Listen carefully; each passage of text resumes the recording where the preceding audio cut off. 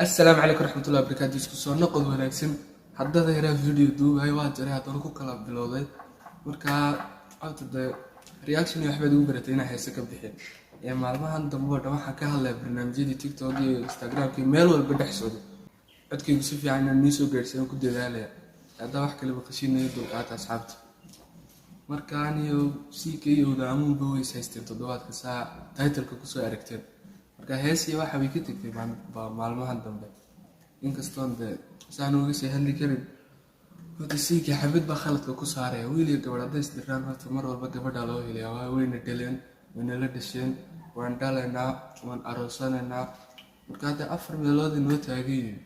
dad baa iyaga commentiga ku soo qoray wiilku wada uuna dhalay uuna la dhashay waan dhali doonaa marka aniga daa asxaabta faartay taalayniyo marka CK horta iyo xabaddan khaladka ku saaray waxay tahay gabadha wuxuu ka yiri waxa aad u sameeysidba ninkaaga khaladkeega lagu ku dhahay ilaahay ba aayad quraan ku sheegay allah taziru waziratu wazra ukhra oo dhahay ina khalday ma maleen laakiin waa sax taas ay la tahay qof dambigu gal qof dambe qof kale looma ganaaxi karayo dhahay ilaahay diin sida sharciga noo wakisi daran iyo qof wuxuu gal qof kale looba qabsan karayo la tahay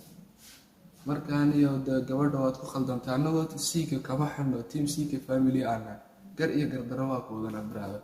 ninka kaliya YouTube ka taageeratay laakiin khaladka la isku maraaca saacad markaan iyo gabadha waad ku khaldantay raaligelin baa ka suginaa raaligelin buuxda team wadaamun inagana waa ku khaldanay raaligelin baa laga mudantiin yarka dibteeda kale video-guna hawada uu ka baxay la dhahay video-ga CK uu ka hadlay teeda kale uu karay intuu iyada lambarkeega uu raadiyay Instagram-ka intuu kala hadlo inuu ku dhaho waad khaldantay iska daa sidan marka assalaamu calaykum warahmatullaahi wabarakaatuh.